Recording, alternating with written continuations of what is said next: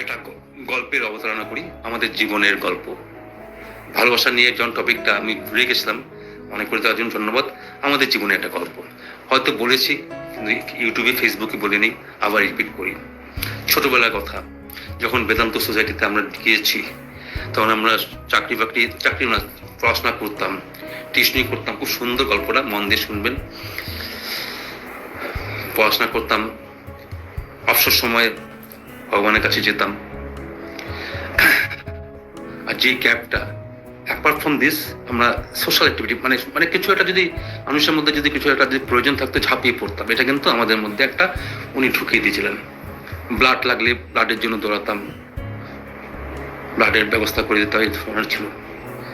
একদিন আমি টিউশনি করে, তখন টিউশনি করতাম, কিছু হাতের খরচা লাগতো, কিছু সোশ্যাল অ্যাক্টিভিটি কিছু তো অল্প লাগতো।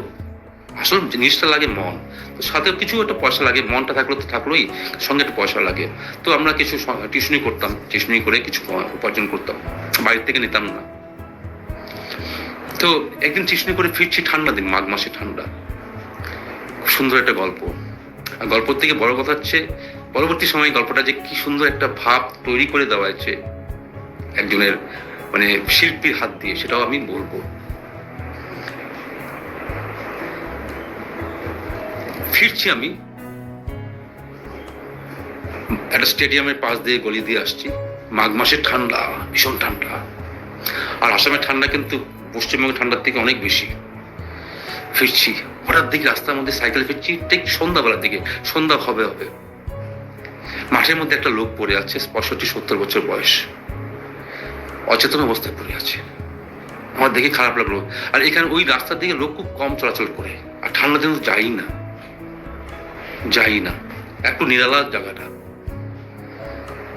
তো হঠাৎ ফিরছি, হঠাৎ দেখি থেমে গেলাম সাইকেল করে, থেমে গিয়ে দাঁড়ালাম, কন্ডিশন দেখলাম। কন্ডিশন দেখে খুব খারাপ লাগলো যে আমি তখন মনে মনে ভাবলাম যে এই যদি আজকে এখানে পড়ে থাকে, মরে যাবে নির্ঘাত।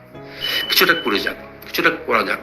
আমি এসে আমাদের 2-1 বন্ধুকে বললাম, সঙ্গে সঙ্গে একটা যারা আমাদের সাথে যুক্ত ছিল, শঙ্করানন্দজি, আমাদের একজন বন্ধু ছিল সুজয়, আরো 2-1 স্বামী প্রবন্ধন, যারা কয়েকজন ইয়ে করলাম,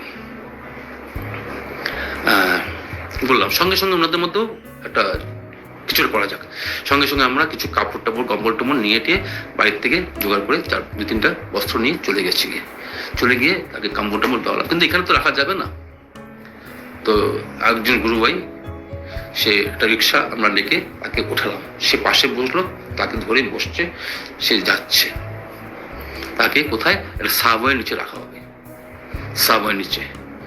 এবং যাওয়ার সময় যখন যাচ্ছে, তার বাবা রেলের বড় অফিসার, ওই রাস্তা দিয়ে, মানে একটা রাস্তা দিয়ে মানে ফেস যাচ্ছে, উনি ফিরছেন, ছেলে যাচ্ছে। কি সুন্দর একটা, যে ছেলে একটা মহৎ কাজে যাচ্ছে, বাবাও ফিরছে, একটা সে চাকরি করে আধুনিক জগতের একটা রিপ্রেজেন্টেটিভ। আর একটা মানব হইতেশীল ভাবনা নিয়ে একটা বাচ্চা ছেলে যাচ্ছে। আমরা পাশে পাশে সাইকেল নিয়ে যাচ্ছি, সাবওয়ের মধ্যে নিচে কার্টুন জোগাড় করে রাখা হলো, কিছু খাওয়া হলো, রসগোল্লা, পাউটি, এইসব দিয়েছে, যতগুলি আমাদের পয়সা ছিল খাওয়ালাম।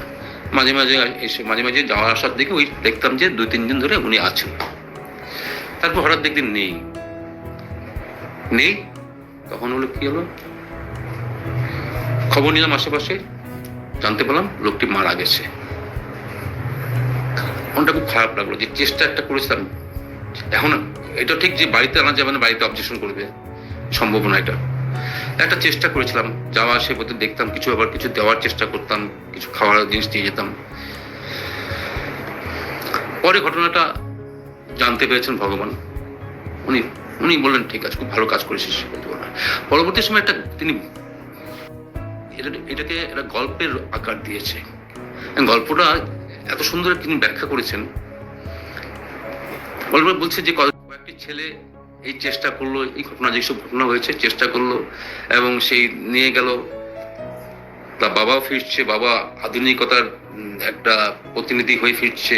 এসব জিনিস এখন কেরিয়ারিস্টিক চিন্তা করে, এসব নিয়ে থট গুলো নিয়ে বাবার একটা রিপ্রেজেন্ট, বাবা ফিরছেন। বাবা জানা ছেলে যে মানব চিন্তা নিয়ে, মানে মানুষের জন্য একটা ভাবনা নিয়ে ছেলেটা দুটো বিপরীত দিশাতে উনি লিখছেন, খুব সুন্দরভাবে দুটো বিপরীত দিশাতে চলছে, এইভাবে পাস হয়েছে। কিন্তু ছেলে দেখেছে, বাবা দেখেনি, দেখলে তো আবার একটা সমস্যা হতো। তো ক্রস হয়ে গেছে কি, তখন আমরা সাবওয়েতে রাখা হলো, ছেলেগুলি একটা একটা চেষ্টা করেছে, 2-1 দিন ধরে চেষ্টা করেছে লোকটাকে সুস্থ করার জন্য। অবশেষে লোকটার জীবন শেষ হয়ে, জীবন পাত হলো, ছেলেদের প্রয়াসটা গেল, রেজাল্টটা 0 বলা যায়।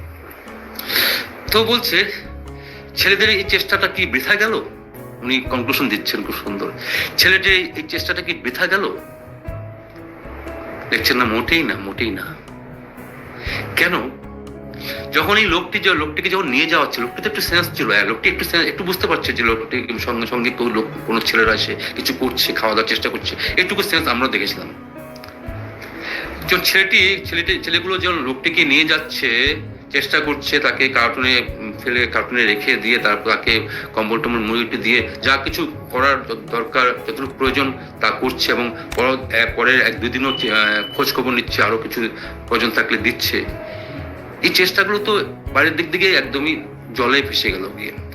কিন্তু তা নয়, সেই লোকটি যাবার আগে সে যখন এইভাবে শুয়েছিল, তাকে উঠানো হয়েছে, তার মধ্যে একটা ভাবনা হচ্ছে, আমার মতন এই কন্ডিশন থাকা অবস্থায় মুখের মধ্যে এঁচড় লেগে গেছে, অনেক দিনের মানে নোংরা জমে আছে, আমার মতো এই কন্ডিশন অবস্থা পড়ে থাকার লোককে কয়েকটি ছেলে সেবা শুশ্রূষা করলো, চেষ্টা করলো কিছু একটা তাকে সুস্থ করে তোলার। এই অবস্থা থেকে লোকটা একটা চিন্তা, একটা তৃপ্তি নিয়ে সে মরবে যে পৃথিবীটা আরো বাঁচবে, পৃথিবীটা মরে যায়নি। কারণ এই অবস্থার মতন লোককে যদি উঠানোর ছেলেরা যদি থাকে, সেই ছেলেগুলি পরবর্তী জীবনে একটা কিছু সম্ভাবনা তৈরি করতে পারে। আমাদের কাছে ঘটনাটা সামান্য একটা ঘটনার চেষ্টা করেছে, মনটা খারাপ লেগেছে, লোকটা মারা গেল, আমাদের হাতের সামনে মারা গেল, এটা কিন্তু উনি কিভাবে আমি বলছি একজন শিল্পী কিন্তু থটটাকে খুব সুন্দর করে, মানে সত্যি ঠিকই তো, হয়তো সেই লোকটা ভেবেছে যে আমার মতন লোক পৃথিবীতে আছে, যার দরুন পৃথিবীটা মরে যাবে না। আমরা বলি না, এই পাড়া না লোকগুলি খুব ভালো রে, এদের দিয়ে অনেক কিছু সম্ভাবনা আছে, আমরা বলি, বা এই বাড়ির লোকগুলি না সাধারণ না, এরা অনেক কিছু করতে পারে, আমরা বলি থাকি। কিন্তু তেমনি উনি লিখছেন, উনি ওনার সৃষ্টিকে তো জানেন, সৃষ্টিকে জানেন যে এরা কিছু করতে পারে। আমি জানি না, কিন্তু আমাদের নিয়ে লিখেছেন উনি, আমাদের এই থটটাকে একটা সুন্দরভাবে শিল্পী দিয়েছে। আজকে কেন বললাম, এই ভাবনা শুধু আমাদের জন্য না, আমরাও কিন্তু সেই ক্রুড ওয়েলে ছিলাম, কিন্তু এই ক্রুড ওয়েলটাকে রিফাইন করেছে, একটু